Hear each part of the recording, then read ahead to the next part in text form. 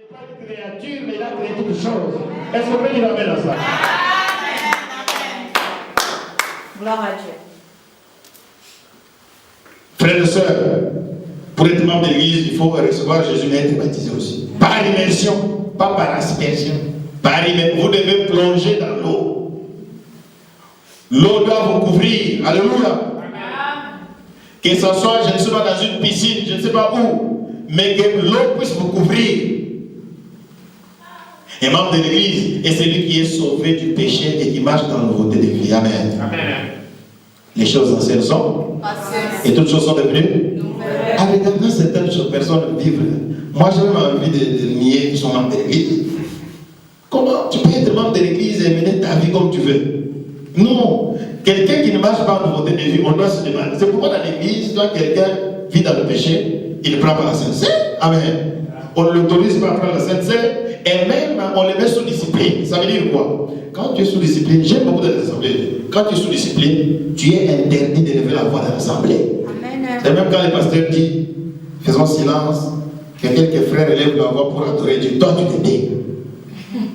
Parce qu'on a vu des fois dans l'assemblée, quelqu'un qui est sous discipline, il élève la voix pendant que tout le monde est calme. Seigneur, même si les hommes me rejettent, je sais que toi tu me rejettes pas. Non, non. Tu n'as pas marché avec Dieu, tu es sous discipline, tu dois te taire. Alléluia. D'ailleurs, toi, tu devais marcher la tête courbée, en train de regretter ce qui est arrivé, n'est-ce pas? Il y a trop de scandales dans l'église. Même des pasteurs qui font des scandales, ils sont là tranquilles, personne ne les inquiète. C'est pourquoi je dis au pasteur, église, parce que ici, l'église est encore au début, dans les églises qui ont déjà grandi, il y a un comité des anciens qui a quand même beaucoup d'autorité aussi. Les anciens ont le droit de dire non, pasteur. Maintenant que tu as divorcé, tu ne peux plus le prêcher. Oh, amen. Amen. Maintenant que tu as divorcé, le dimanche matin, tu viens à la chair. Tu dis, bon, ce sont des choses qui arrivent. Non, non, non, non. Ce sont des choses qui arrivent, ça ne devait pas t'arriver. Oh, alléluia. Amen. Nous, on a grandi dans une discipline de fer. Vous pouvez le sentir même quand je parle. Nous avons grandi dans une discipline. Même les fiançailles rompues sous discipline. C'est un mauvais témoignage. Nous vous avons présenté, oh non, ils sont fiancés. Après, vous n'êtes plus ensemble. Alors, vous êtes suspendu. Si tu jouais aux guitares, si tu faisais quoi à l'église, tout s'arrête, tu es assis. D'ailleurs, les gens qui sont sages, dès que ça arrivait, lui-même, il se met déjà à côté. Lui-même, il vous dit, non, je ne chante pas aujourd'hui. Mes frères, pourquoi? Non, j'ai rompu les fiançailles. Amen.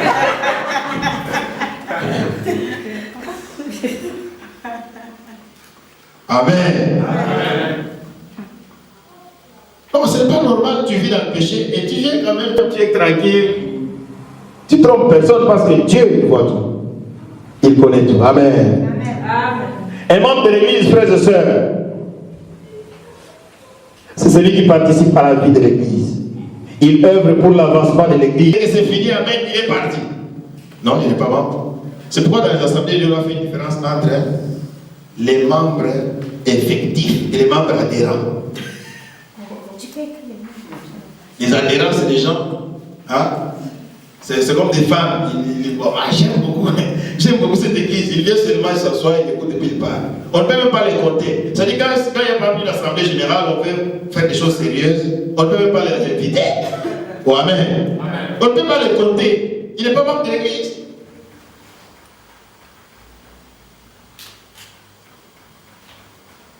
Un membre de l'église doit rendre service à son église. Un membre de l'église participe à la Sainte Seine, à la communion fraternelle et aux différentes activités de l'église.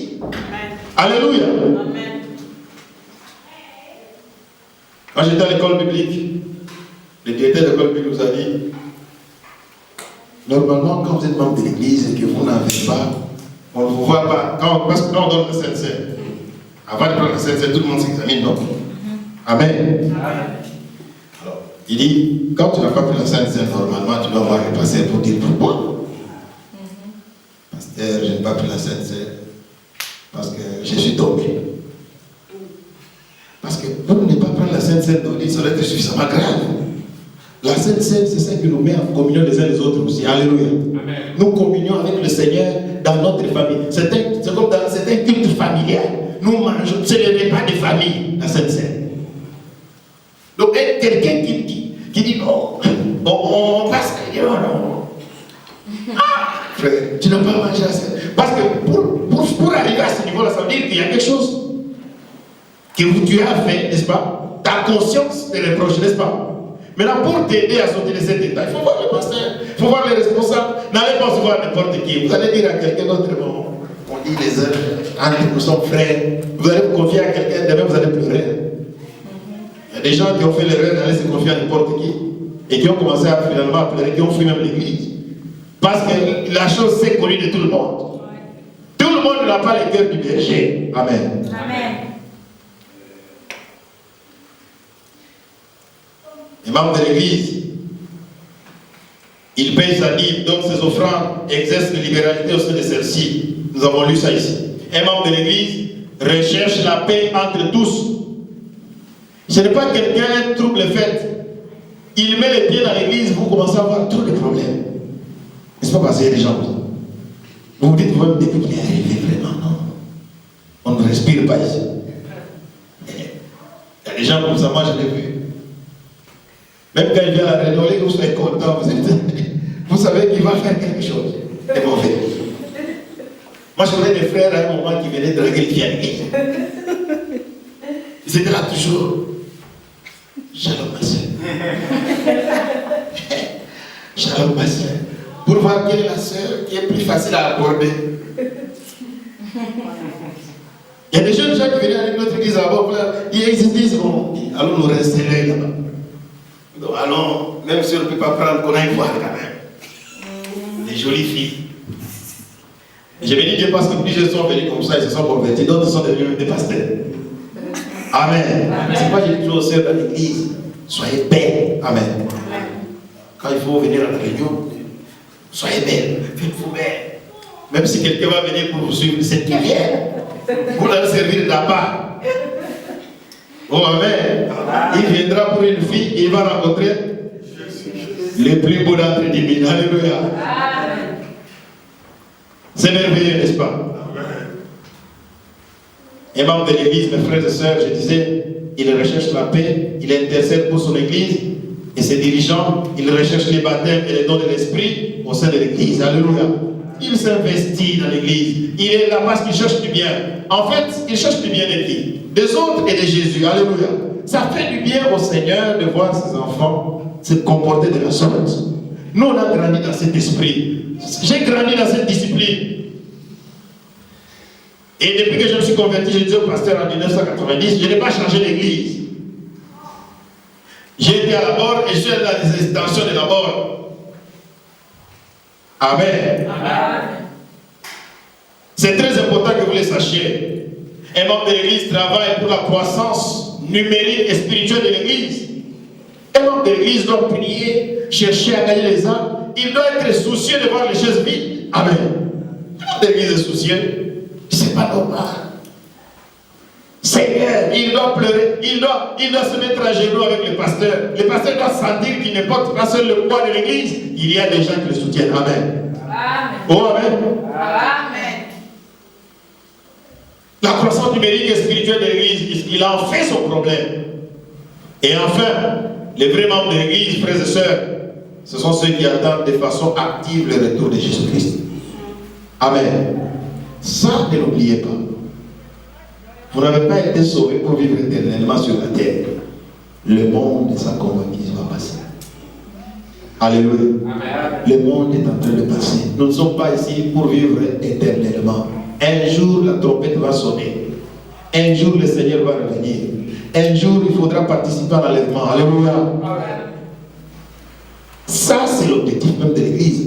Préparer les gens à rencontrer le Seigneur. Alléluia.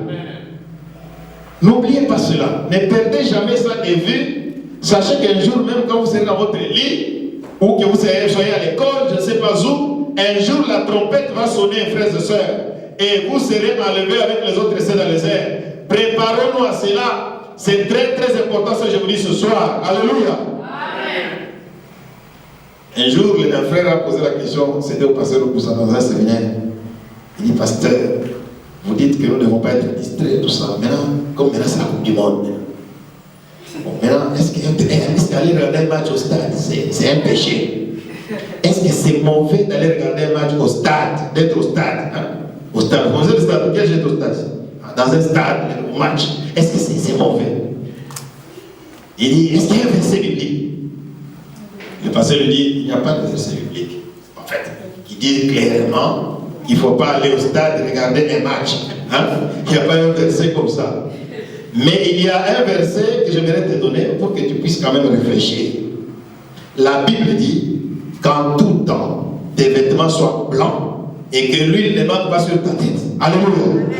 Parce que quand Jésus viendra, il faudra qu'il trouve des vêtements blancs et l'huile sur ta tête. Il dit, bon, maintenant, c'est à toi de choisir les endroits où tu dois être pour garder les vêtements blancs et l'huile sur la tête. Si tu penses qu'au stade, en train de regarder le match de foot, tes vêtements restent blancs et l'huile continue à couler sur la tête, eh bien vas-y. Parce que quand la trompette va sonner, le Seigneur prendra ceux-là qui sont prêts. Alléluia. Qu'on ne vous trompe pas. Il y a des doctrines qui disent, si quelqu'un a reçu Jésus, ça suffit. Maintenant il peut vivre comme il veut. L'essentiel, c'est qu'il est déjà en Christ. C'est pourquoi vous trouvez maintenant les gens, il est homosexuel en Christ. Il est polygame, il est en Christ. Il est soulard, mais il est en Christ. Il a sa petite copine à gauche, à droite, il est près des jumeaux, mais il est en... Donc l'essentiel, comme il est en Christ, il est sauvé. Moi j'ai dit non, il n'est pas en Christ, il est en Christ. Merci. Alléluia. Être en Christ ne nous épargne pas, ne nous permet pas de vivre comme nous voulons. Amen. Vous avez été appelés à la liberté, est-il écrit. Mais ne faites pas de cette liberté un moyen de vivre selon la chair. Alléluia. Amen. Faisons très attention. La Bible dit tout est permis, mais tout n'édifie pas. Amen. Nous attendons le retour de Christ. Après ce séminaire, moi je vais m'en aller. Je ne sais pas quand est-ce que nous allons encore nous retrouver, mes frères. Mais sachez que si le Seigneur revient en attendant, que chacun se prépare, la rencontre, ce sera dans le désert. Amen. Amen. Oh, amen. Amen. Souvenez-vous de ce que je vous dis. Sinon, le jour où vous serez devant le jugement, vous vous souviendrez de ce bout d'homme que je suis. Vous vous souviendrez de ce visage. Vous vous direz, ah, il en avait parlé. Parce que Dieu, avant de juger les gens, il envoie sa parole. Même avant de détruire Sodome et Gomorrhe, il a envoyé le message, n'est-ce pas? Amen. Avant de détruire Ninive, il a envoyé le message. Avant même de détruire le monde par les déluges, il a envoyé Noé proclamer le message. Dieu ne détruit pas les gens sans parler. Il commence par vous avertir. Et aujourd'hui, Dieu nous avertit. J'ai mis devant toi deux chemins. Celui de la vie et celui de la mort. Choisis la vie pour que tu vives éternellement. Amen. Amen. Alors arrive maintenant, pourquoi s'attacher à l'église? Je devais normalement même m'arrêter là. Amen. Si quelqu'un m'a bien suivi jusque maintenant, depuis hier, il peut même comprendre déjà que, après tout ce que je viens de dire, la place où un chrétien doit se trouver, c'est où? À l'église. Mais nous allons vous répondre. Pourquoi s'attacher? J'ai répertorié ici plus de 11 raisons pour lesquelles nous devons nous attacher à l'église. Pourquoi s'attacher? Premièrement, d'abord je voudrais dire ceci. Il y a des raisons qui n'ont rien à voir d'abord avec l'église, mais qui sont la manière même d'agir de Dieu depuis le commencement. Alléluia. Amen. J'aimerais d'abord pour commencer lire avec vous un verset dans Genèse chapitre 2, verset 18. J'ai dit quoi? Genèse 2, verset 18. Genèse chapitre 2, verset 18. verset 18. Écoutez ce que la Bible dit. Genèse 2, 18. L'Éternel Dieu dit, il n'est pas bon que l'homme soit seul, je lui ferai une aide semblable à lui. Amen. Amen. Pour la première raison que je vais donner, suivez-moi ici. Dieu a dit quoi? Il n'est pas bon que l'homme... Ce verset, nous l'entendons souvent seulement dans le mariage. C'est seulement dans le mariage, il n'est pas bon que l'homme soit seul, dans le mariage.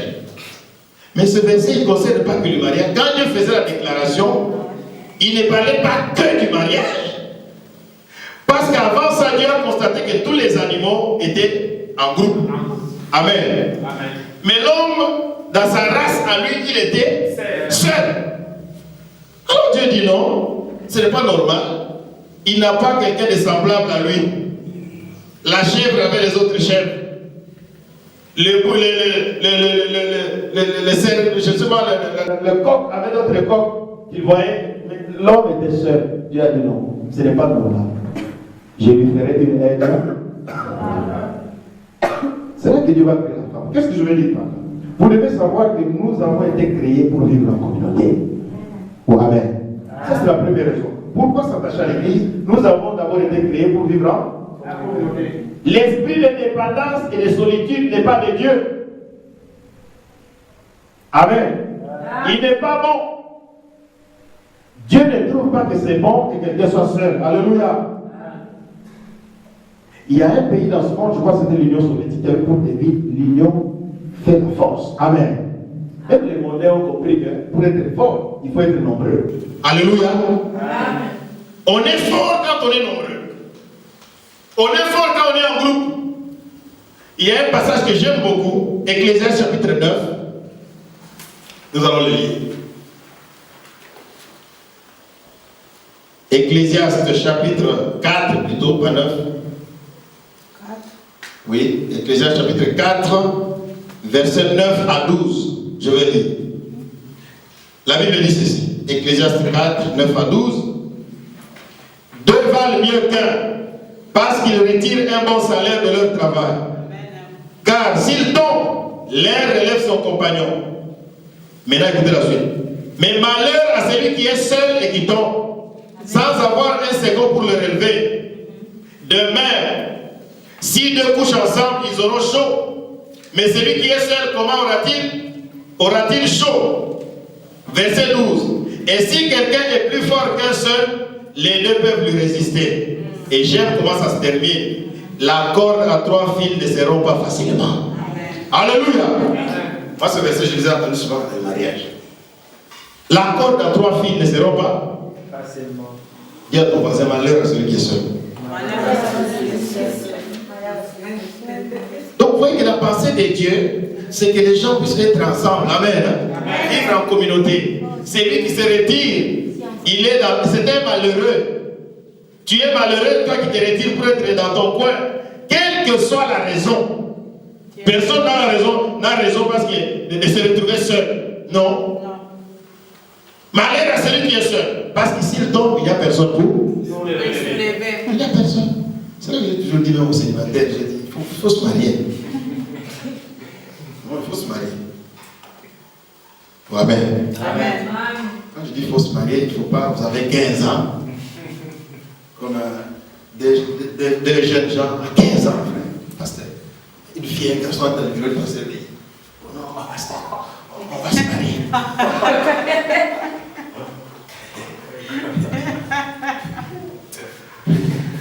Ah mon Dieu.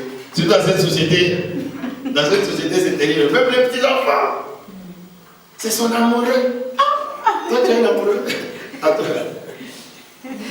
Alors, quand j'étais au Danemark à l'école, il y a un pasteur américain qui nous a dit, un jour, sa petite fille de 8 ans, non, de 4 ans, est allée à l'école maternelle. Alors, quand on est allé la chercher à l'école, on dit, papa, je vais combattre avec Kevin. Avec Kevin, c'est mon amoureux. Son père dit, non. Son père dit, non, ton amoureux, ça veut dire, non, non. Je veux seulement combattre avec Kevin à la maison. Son père dit, non, écoutez, on va peut-être parler avec ses parents, il faudrait. Non, c'est. Oh. Et les parents du garçon aussi ont vécu la même chose avec les garçons. Et finalement, on a invité les garçons à la maison. Ils sont venus, ils étaient là, les bras. Alors, les gens, ils disent, on observait. On les regardait faire. Ils étaient là, la fille qui avait dans sa chambre pour lui présenter. Tout là-bas dans la maison. Alors maintenant, le père dit, le pasteur dit, je les ai appelés, je dis, vous mariez, ce n'est pas un problème. Maintenant, moi, je veux savoir, vous allez manger comment, vous allez vivre comment. En fait, expliquez-nous le projet. Je dis, oh, il faut manger ici, non? Vous allez manger ici, hein, et vous allez dormir où? On va dormir dans ma chambre. Ou alors on peut aller même là. Il y a une petite annexe là derrière. Nous, on peut rester là-bas. Donc, ils ont tout un projet, tout un programme. Le Père dit, bon, merci de nous avoir parlé. Nous allons réfléchir, votre maman et moi. Le lendemain, elle a dit, ça n'a pas fait 2 jours. Elle est rentrée. Qu'est-ce qu'il y a? Je ne veux plus, Kevin, je ne veux plus. Je ne veux plus que Kevin me parle. Qu'est-ce qu'il y a?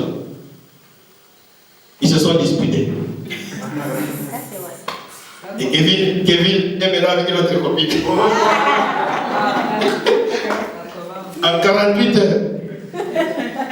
Et mariage, c'est pour les adultes, amen. Le mariage, c'est pas pour des gens qui vont se marier le matin, divorcer le soir. Ah non. Le mariage, c'est pas pour les enfants, amen. Donc, vous comprenez que le Seigneur veut que nous puissions vivre en communauté, ensemble. Dieu lui-même, mes amis, Dieu lui-même, je parle avec le pasteur, Dieu est trinitaire. Dieu est Père, Fils et Dieu n'est pas seul. Et non seulement il est Père, Fils et Saint-Esprit, Dieu vit entouré des anges. Amen. Entouré des anges, les 4 êtres vivants. Alléluia.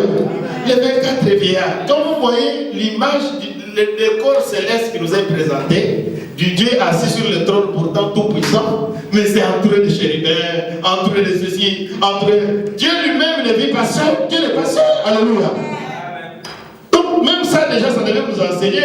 Dieu ne vit pas dans la solitude, il n'aime pas la solitude. Dieu est entouré. Apocalypse chapitre 5, verset 6 à 12. Quelqu'un le lit rapidement. Apocalypse 5, 6 à 12.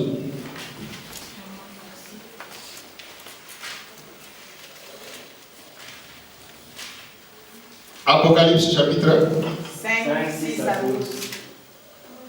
Je lis parce que quelqu'un est rapide. Et je vis au milieu du trône et des 4 êtres vivants, et au milieu des vieillards, un agneau qui était là comme immolé. Il avait 7 corps et 7 yeux, qui sont les 7 esprits de Dieu envoyés par toute la terre. Il vint et il prit le livre de la main droite de celui qui était assis sur le trône. Quand il eut pris le livre, les 4 êtres vivants, les 24 vieillards se prosternèrent devant l'agneau, tenant chacun une harpe et des coupes d'or remplies de parfums, qui sont les prières des saints. Et ils chantaient un cantique nouveau en disant, tu es digne de prendre le livre et d'en ouvrir le sceau, car tu as été immolé et tu as racheté pour Dieu par ton sang des hommes de toute tribu, de toute langue, de tout peuple, de toute nation. Tu as fait d'eux un royaume et des sacrificateurs pour notre Dieu, et ils régneront sur la terre. Verset 11. J'ai regardé et j'ai entendu la voix de beaucoup d'anges autour du trône, et des êtres vivants et des vieillards, et leur nombre était des myriades, des myriades et des milliers. Ils disaient d'une voix forte, l'agneau qui a été immolé est digne de recevoir la puissance, la richesse, la sagesse, la force, l'honneur, la gloire et la louange. Amen. Dieu n'est pas seul. Frère, même Dieu n'est pas seul. Toi, tu es qui pour être seul? C'est étonnant de voir des gens qui pensent que c'est en étant seul qu'ils vont réussir. Non! Alléluia. Dans la vie, tu auras toujours besoin des autres. Tu auras besoin de quelqu'un même pour t'encourager, n'est-ce pas? Tu auras aussi besoin des autres pour te freiner quand tu veux faire le mal.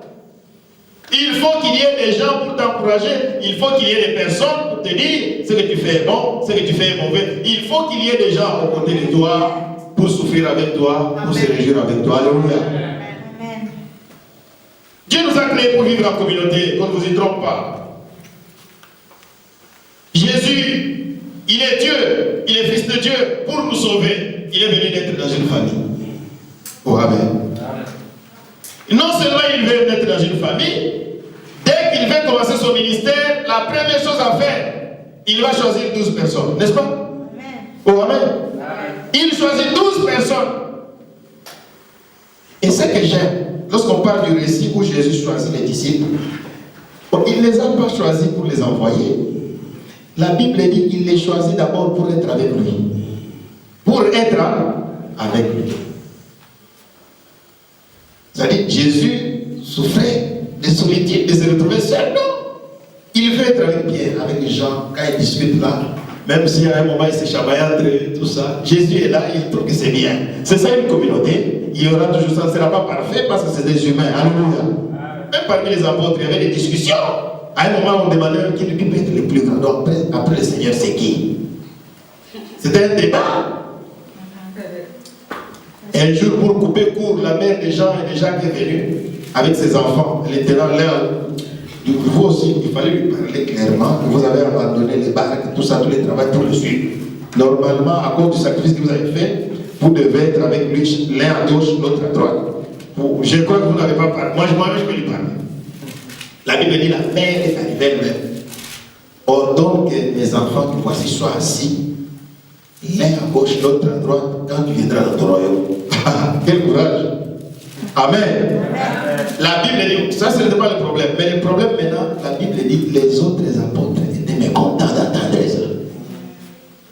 Comment expliquer que nous sommes tous ici, pendant que nous sommes là, on est bien, il y a des gens qui veulent être au-dessus de nous. Qui est le plus grand? C'est pourquoi Jésus a dit, celui qui veut être grand, qu'il soit le serviteur de tous. Amen. Amen. Amen. Amen. Amen. Christ est né dans la famille. Il a commencé son ministère, s'est entouré de 12 personnes. Et je me demande qui tu es toi pour vivre seul, te détacher de l'église. Hébreux chapitre 10, verset 39 dit, nous ne sommes pas de ceux qui se retirent pour se perdre. Amen. Celui qui se retire va finir par se perdre. Il y a peut-être des problèmes dans l'église, je n'en disconviens pas. Mais rester dans l'église, il est mieux de rester dans l'église avec les problèmes de l'église que d'être en dehors de l'église, parce que là, le lion rugissant, celui qui est comme un lion là qui rôde, va t'attraper. Alléluia.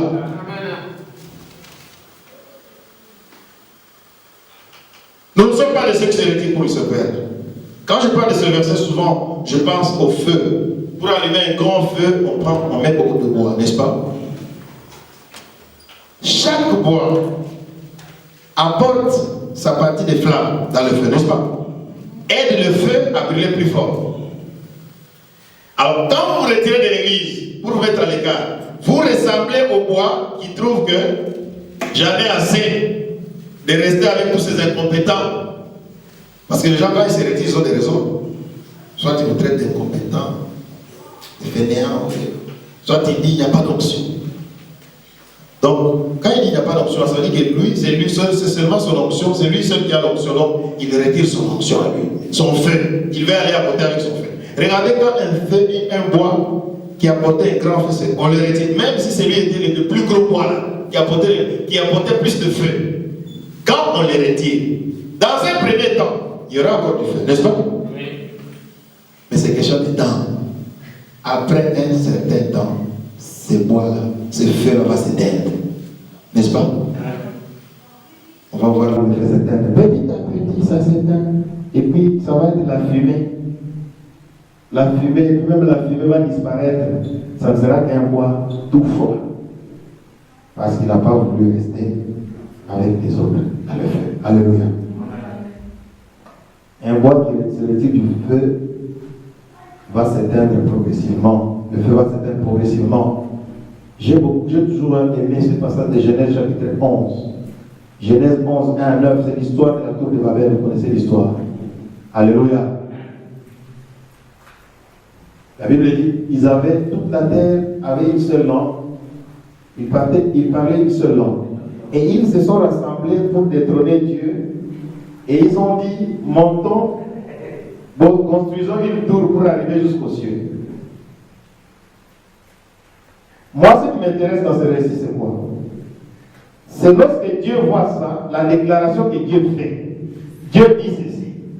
Il dit, rien ne les empêchera de faire tout ce qu'ils ont projeté parce qu'ils forment un seul peuple et parlent une seule langue. Dieu, c'est Dieu qui parle. C'est-à-dire, Dieu, il a trouvé que c'est dangereux que les gens mauvais puissent se mettre ensemble. Ils risquent de réaliser de mauvais projets, n'est-ce pas? Tout simplement parce qu'ils sont ensemble. C'est pourquoi Dieu a décidé de les diviser. Il est descendu et il les a divisés, les hommes qui ne parlaient plus les mêmes langues, le même langage, et ils se sont dispersés sur toute la terre. Alléluia. Donc vous voyez combien être ensemble est très important, surtout en tant qu'Église. Si les gens mauvais peuvent se rassembler et réaliser des mauvais projets, nous aussi qui sommes enfants de Dieu, si nous nous mettons ensemble, nous pouvons réaliser des grands projets pour le Seigneur. Amen. Amen. Frères et sœurs, je constate aussi dans la Bible que la première bénédiction que l'homme et la femme ont reçue de Dieu après leur création, c'était de créer une famille, n'est-ce pas? Dieu leur dit quoi? Soyez féconds, multipliez-vous et Dieu voulait que l'homme et la femme puissent créer une famille, une communauté pour leur race, la race humaine.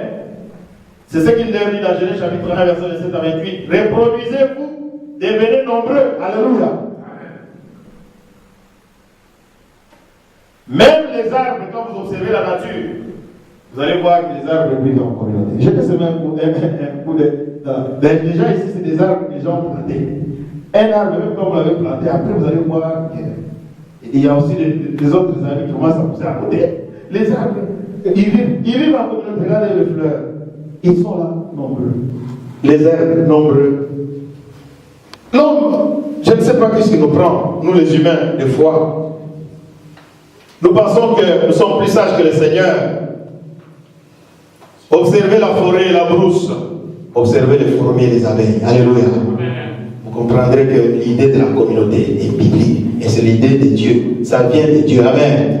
Malheur à celui qui est seul.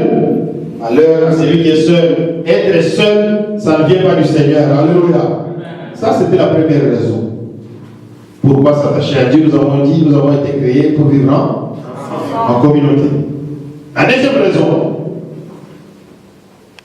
Je serai bref sur ce deuxième point. Hébreux chapitre 10, verset 25. Si quelqu'un peut lire rapidement. Hébreux 10, 25.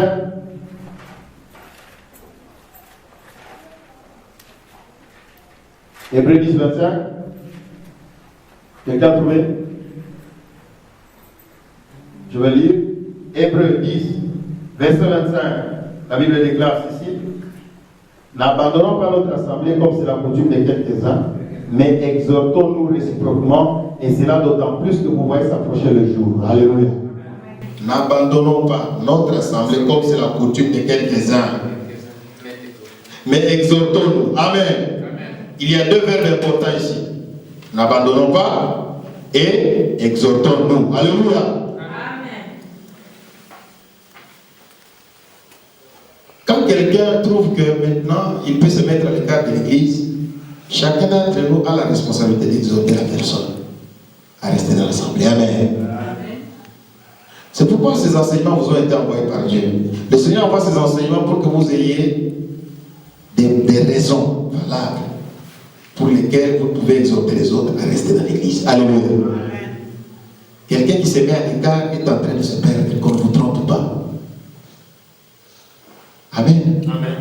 Le jour où le roi David a décidé de ne pas aller à la guerre avec toute l'armée, il est resté dans son palais. C'est le jour où David a commis les plus grands péchés de sa vie. Vous le savez? Oui. Il a pris la femme d'autrui. Parce qu'il a vu la femme d'autrui. Pourquoi? Il l'a vu, il était seul. Généralement, dans ce genre de situation, on vérifie s'il y a des gens autour. Il n'y a personne. Maintenant, il était là, une femme s'est lavée, lui, il est là. Au lieu même de s'arrêter là, il va maintenant chercher quelqu'un pour envoyer chercher la femme d'autrui. Pendant ce temps, et la Bible précise, c'est le temps où tous les rois se mettaient en campagne. Donc il fallait aller conquérir des territoires, il fallait aller à la guerre. Lui, il envoie Joab avec l'armée, et lui, il reste à Jérusalem au palais, en train de faire quoi? De fainéanter. L'oisiveté, la solitude conduit au péché. Amen. Hein? Amen. Quelqu'un qui n'a rien à faire, il finira par faire du mal. Je dis la vérité. Regardez, quand il y a plus le chômage monte, plus il y a beaucoup de problèmes, n'est-ce pas? Amen. Parce que quelqu'un qui ne fait rien, il commence à s'intéresser à la politique. Je dis la vérité. Parce qu'il s'est dit, bon, il a cherché du travail, 1 mois, 2 mois, une année, après il commence à dire, qui est ministre du travail? C'est qui? Quelle expérience il a pour travailler dans ce poste? Et vous allez voir, le lendemain, il devient membre d'un parti politique. Parce qu'il n'a pas à faire, quand quelqu'un n'a pas à faire, c'est dangereux. Alléluia. Dans les pays sous-développés, vous allez voir, les présidents encouragent beaucoup les églises pour que les gens prient beaucoup. Parce que les gens n'ont pas à faire. Au moins, s'ils prient beaucoup, ils sont occupés. Oh, alléluia. Vous avez entendu qu'on a persécuté l'église au Congo. Même les deux autres là qui sont dans les églises, mais le président est tranquille, il est content. Au moins, ils sont occupés à discuter, à se battre les uns les autres, c'est bon. Parce que si les gens sont tranquilles, ils ne font rien, ils vont finir par faire le mal. Alléluia.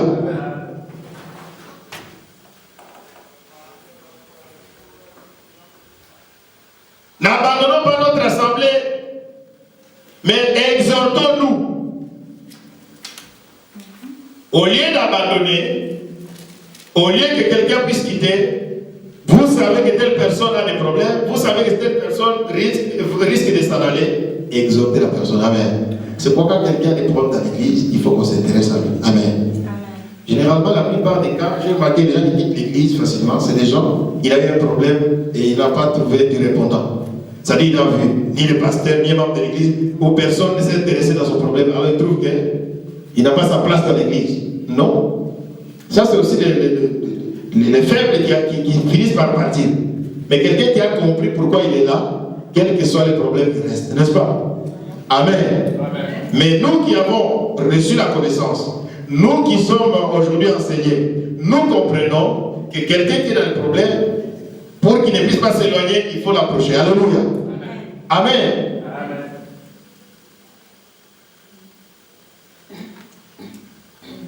Exhortons-nous. Exhortez le frère qui ne veut pas venir. Nous sommes allés même voir le travail du pasteur.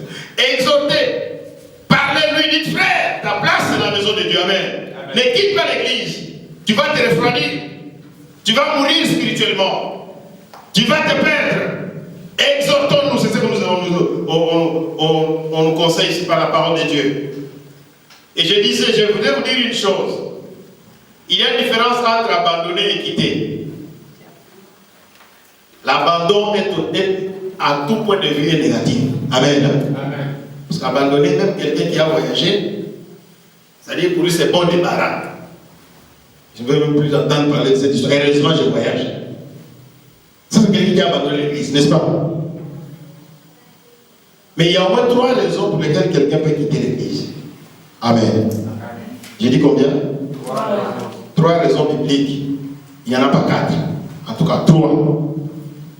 Quand vous voulez vous sentir le besoin de quitter l'église, vous demandez-vous si il y a une de ces raisons dedans. Sinon, vous êtes en train de vouloir commettre un péché. Amen. Amen. Quelles sont ces raisons? La première raison, lorsqu'on commence à prêcher les fausses doctrines, sachez que d'ailleurs, quand on a commencé à déformer l'évangile, ce n'est pas déjà. Donc ce n'est plus l'église. Hein? Un jour, le pasteur arrive le matin, il fait ça. Passez tous là-bas. Celui qui veut être béni, qui passe là-bas. Faites attention. Bon. Donc, ça devient dangereux, pasteur. Celui qui veut être sauvé doit sortir avec le pasteur. Comme dans une église, j'ai entendu dire, les pasteurs commençaient à mettre de l'huile, les femmes d'autrui. Donc, vous avez peut-être entendu parler de ça. L'onction d'huile aux femmes d'autrui. J'ai suivi même, il y a même des images, si vous regardez sur internet, d'une église où le pasteur le dimanche, il a dit, dimanche prochain, toutes les femmes doivent venir sans sous-vêtements. Je dis la vérité. Allez sur le terrain, vous allez voir ça. Lui-même est venu tout nu. Il dit c'est une révélation. Non. Je pose la question, est-ce qu'il y a encore une église là? Non. Dans ce cas ici, je crois qu'il faut partir vite et en courant. N'attendez même pas de venir voir si les gens vont venir nus. Dès qu'il annonce ça, vous sortez et vous partez en courant. Il n'y a pas d'église. Donc la parole de Dieu est déformée. Et souvent ces gens, ils s'appuient sur la Bible. Ils ont pris des versets bibliques.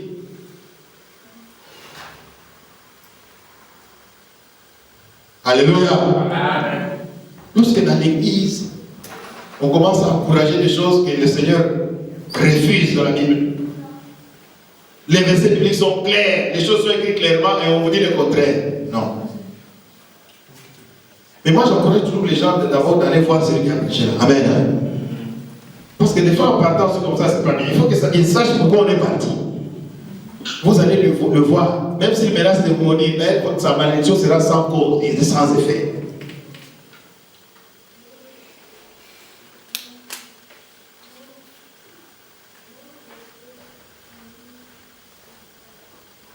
Trois raisons. Les fausses doctrines, les déplacements ou les distances géographiques. Amen. Vous ne pouvez pas demander à quelqu'un qui a quitté Zurich, qui est allé habiter à Paris, de continuer à venir ici au culte. Je crois que même s'il a un jet privé, il va finir par se décourager, n'est-ce pas? Oh, amen. Ça, c'est une raison valable pour quelqu'un de quitter, mais en voyant même les pasteurs, il faut dire au revoir aux frères, n'est-ce pas? Amen. Oh, amen. On ne quitte pas l'église comme si on était un voleur. Non, on quitte l'église, on vient voir, on dit au revoir, on fait passer même ici peut-être, on prie pour vous, n'est-ce pas? Et on bénit votre départ. Ça, c'est la deuxième raison. La troisième raison, c'est la mort. Quelqu'un qui est mort. C'est-à-dire même quand vous mourrez, quand vous allez dans ces jours des morts là, il ne faut pas dire, oh non, aujourd'hui c'est le culte, je rentre. Nous ne voulons pas vous voir ici, alors que vous êtes déjà mort. Oh non, vous voulez participer au culte. Parce que, supposons un peu quelqu'un déjà mort. Vous allez dans les couloirs là. Vous les rencontrez, ils viennent au culte. J'espère, je crois que tout le monde ici va comprendre qu'il faut vite partir d'ici. Alléluia. Donc ne venez pas troubler l'ordre à l'église. Si vous êtes mort, partez dans la paix. Alléluia. Donc c'est une raison valable, ce n'est pas un péché de quitter l'église dans ces raisons. Troisièmement, pourquoi quitter l'église? Pourquoi s'attacher à l'église? Nous devons nous attacher à l'église. Éphésiens chapitre 2 verset 20, c'est un verset qu'on a beaucoup lu ici, on va quand même y revenir. Éphésiens.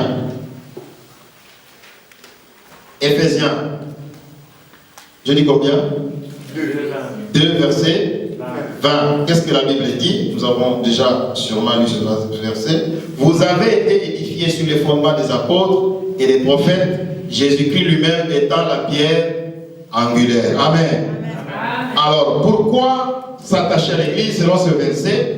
C'est parce que nous avons été édifiés sur les fondements des apôtres. Amen. En d'autres termes, pour suivre l'exemple des apôtres, de ceux qui ont commencé l'église. Alléluia. Vous savez, c'est un défaut de vouloir faire les choses sans consulter les aînés, ceux qui sont venus avant, ceux qui vous ont enseigné ces choses. Alléluia. Des fois, il y a des choses qu'ils vous ont enseignées, mais il y a aussi des choses qu'ils ont faites. Observez comment ils ont marché. Imitez leur voix. Alléluia. Les apôtres, la Bible dit, nous avons été édifiés sur leurs fondements. Notre foi est bâtie sur leurs fondements, sur la fondation qu'ils ont placée. Et quand nous regardons la fondation qu'ils ont placée par rapport à la vie de l'Église, c'est qu'eux, ils étaient chaque jour tous ensemble. Amen. Amen. C'est l'exemple à suivre. Les apôtres, l'Église est née dans un esprit de communauté. Vous le savez? Un esprit de rassemblement, un esprit d'équipe. Quand vous regardez, vous allez voir que même avant que le Saint-Esprit arrive, Jésus avait dit ne quittez pas Jérusalem, n'est-ce pas? Oui. Mais Jésus ne leur avait pas dit allez vous réunir. Ils ont compris seulement qu'ils devaient se mettre ensemble, n'est-ce pas? Amen. Dès qu'ils ont quitté, quand Jésus est monté au ciel, il a dit ne quittez pas Jérusalem, attendez jusqu'à ce que l'Esprit vienne. Ils sont allés, la Bible dit, ils sont allés tous dans la maison où ils se réunissaient d'ordinaire, dans la chambre haute. Ils sont entrés là-bas tous et ils ont commencé à prier en attendant que la promesse vienne. Donc, le mot ensemble englobe la communion. Amen. C'est-à-dire qu'on voit les choses de la même façon, on poursuit les mêmes objectifs, on regarde dans la même direction. Je vous ai dit ici qu'il y a des jeunes gens qui viennent à l'église avec l'objectif de draguer les filles. Est-ce que les gens pensent qu'on est ensemble? On n'est pas ensemble. On est tous là, mais on n'est pas ensemble. Ils sont là pour un autre objectif. ils ont une autre vision des choses. Et c'est pour cela qu'on enseigne, c'est pour ça que Dieu a donné le ministère à l'Église. Nous allons en parler tout à l'heure. Pourquoi s'attacher à l'Église? L'autre raison, la quantième? Je venais de donner la quatrième raison, la troisième, n'est-ce pas? Pour suivre l'exemple des apôtres et de la première église, nous avons été édifiés sur les fondements des apôtres, n'est-ce pas? Ouais. Alors maintenant, la quatrième raison. Éphésiens chapitre 4, verset 15 à 16. Remarquez qu'on lit beaucoup Éphésiens. Hein? Éphésiens. Parce que Éphésiens, c'est vraiment l'épître de l'église. 4, verset. Éphésiens chapitre 4, 15. Verset 15 à 16. Si quelqu'un peut lire, c'est bon. Amen. Amen. Amen. J'aime beaucoup les termes qui sont utilisés ici.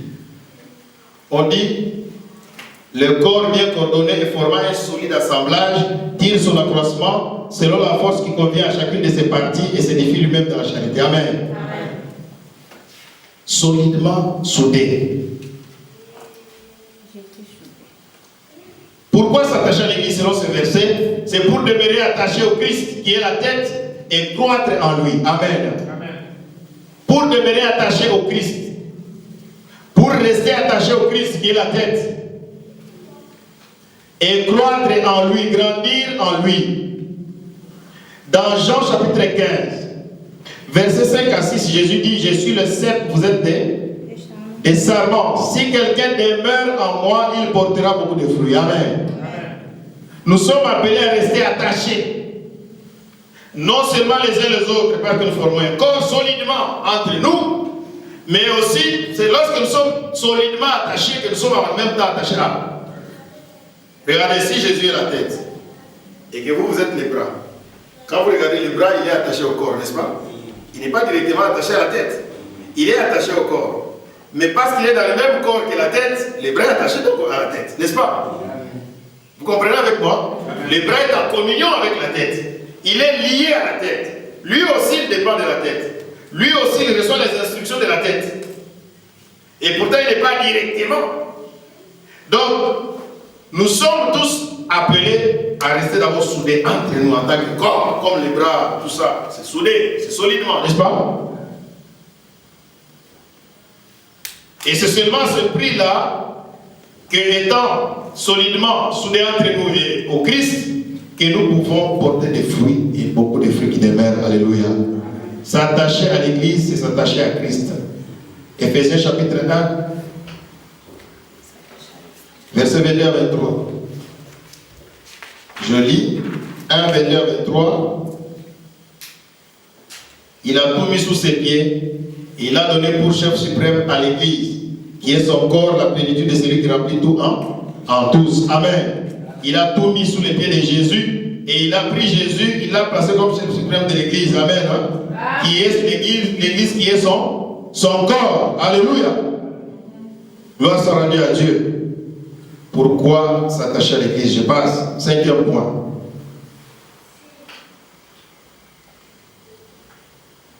Ce sont des points qui se complètent. L'Église forme un seul corps et chaque chrétien est un membre qui doit jouer son rôle. Amen. Amen. Tu as un rôle à jouer dans le corps. C'est pourquoi tu ne peux pas te détacher. Amen. Amen. Je dis, tu as une responsabilité, tu as une tâche. Et Dieu attend que tu joues ton rôle. Alléluia.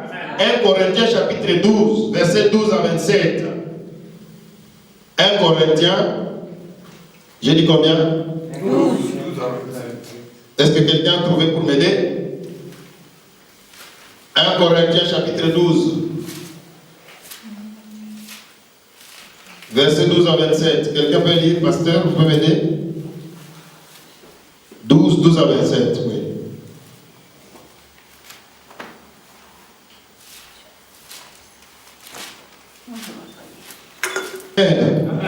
Donc vous comprenez que chacun d'entre nous est membre du corps et il a un rôle à jouer. Le problème aussi, c'est lorsque un membre veut jouer le rôle de l'autre membre. C'est là que ça crée le problème. C'est pourquoi on nous dit, la jambe qui doit dire, non, non, moi je ne suis pas le bras. Donc je ne suis pas le corps. Non.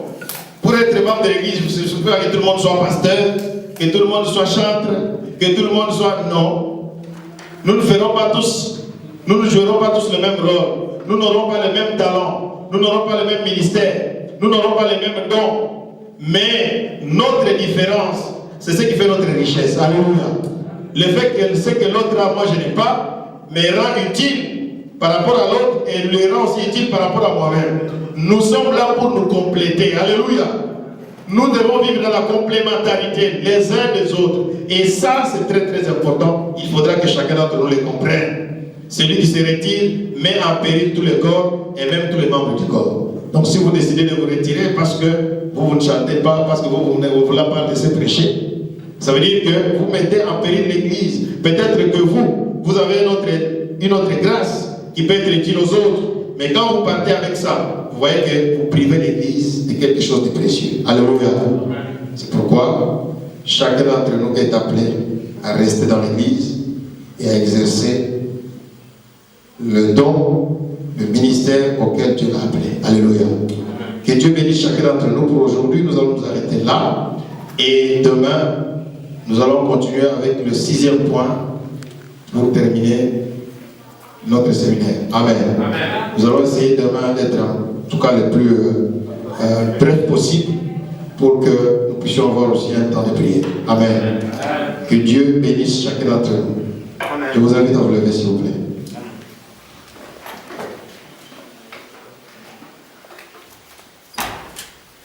Je veux que chacun d'entre nous puisse prier. Tu ne pries pas pour ceux qui ne sont pas là, mais tu pries pour toi-même.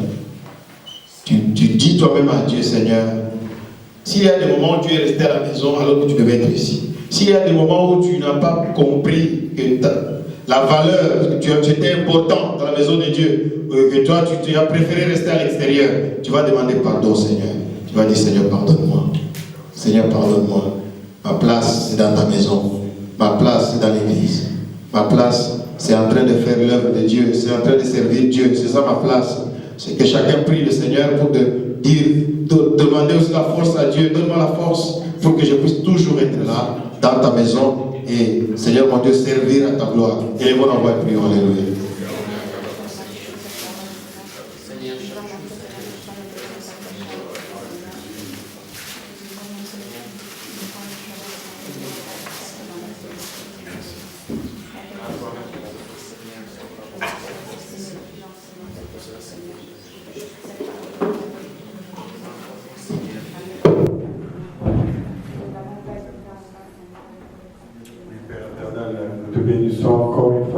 Pour cette parole. Aujourd'hui, tu viens encore d'éclairer nos pensées, d'éclairer notre connaissance par rapport à cette question sur merveilleux, sur capital, que nous avons été posés pour pouvoir s'attacher à l'Église. Ah oui, nous te bénissons de nous avoir éclairé là-dessus. Nous te disons merci. Merci Seigneur pour cette révélation que tu viens de donner. Merci pour ce temps que nous avons passé encore devant toi, Yahweh. Sois le maître de ta et des circonstances, Yahweh. Au nom de notre Seigneur Jésus-Christ, nous avons ainsi prié. Nous disons Amen. Amen. Amen. Amen. Nous pouvons nous asseoir, nous acclamons le Seigneur.